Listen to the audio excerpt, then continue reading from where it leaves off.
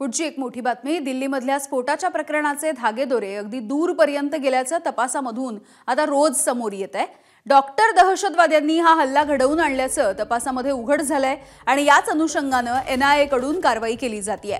स्फोटाच्या प्रकरणी अनंतनागमधून हरियाणाची रहिवासी डॉक्टर प्रियंका शर्मा हिला देखील ताब्यात घेण्यात आलं। डॉक्टर खालिद याच्या घरामध्ये प्रियंका भाड्याने राहत असल्याची माहिती पोलिसांना मिळाली आणि पोलिसांनी चौकशीसाठी तिला ताब्यात घेतलं। डॉक्टर प्रियंका शर्मा हिचा मोबाईल देखील सुरक्षा यंत्रणांनी जप्त केलेला आहे।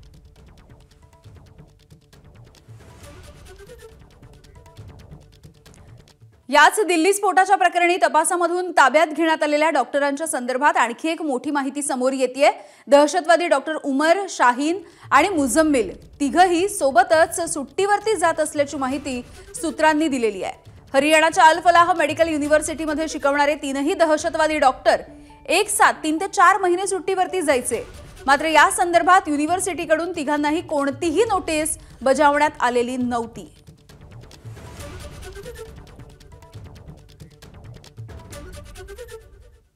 दिल्लीमध्ये झालेल्या स्फोटाचा हवालाच्या अँगलने सध्या तपास सुरू असल्याची माहिती देखील सूत्रांनी दिली आहे आणि दहशतवादी असणाऱ्या डॉक्टर उमर, डॉक्टर मुझम्मिल आणि डॉक्टर शाहीन या तिघांच्या जवळ पैशांची चौकशी आता तपास यंत्रणांनी केली आहे।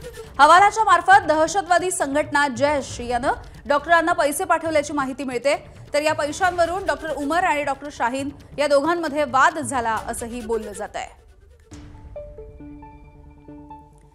दिल्लीच्या स्फोटामध्ये वापरण्यात आलेल्या I-20 कारचा आणखी एक नवीन व्हिडिओ, एक नवीन सीसीटीव्ही फुटेज समोर आलंय।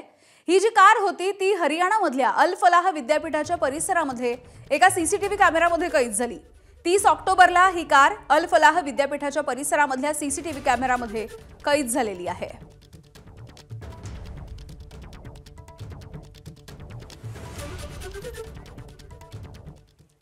लाल किला मेट्रो स्टेशन जवळच्या सिग्नलवरतीच या I-20 गाडीचा स्फोट झाला आणि या ठिकाणी 3 काडतुसं देखील मिळाल्याची माहिती सूत्रांनी दिली आहे।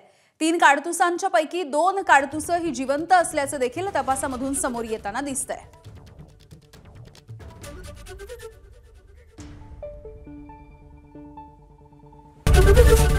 एबीपी माझा, उघडा डोळे बघा नीट।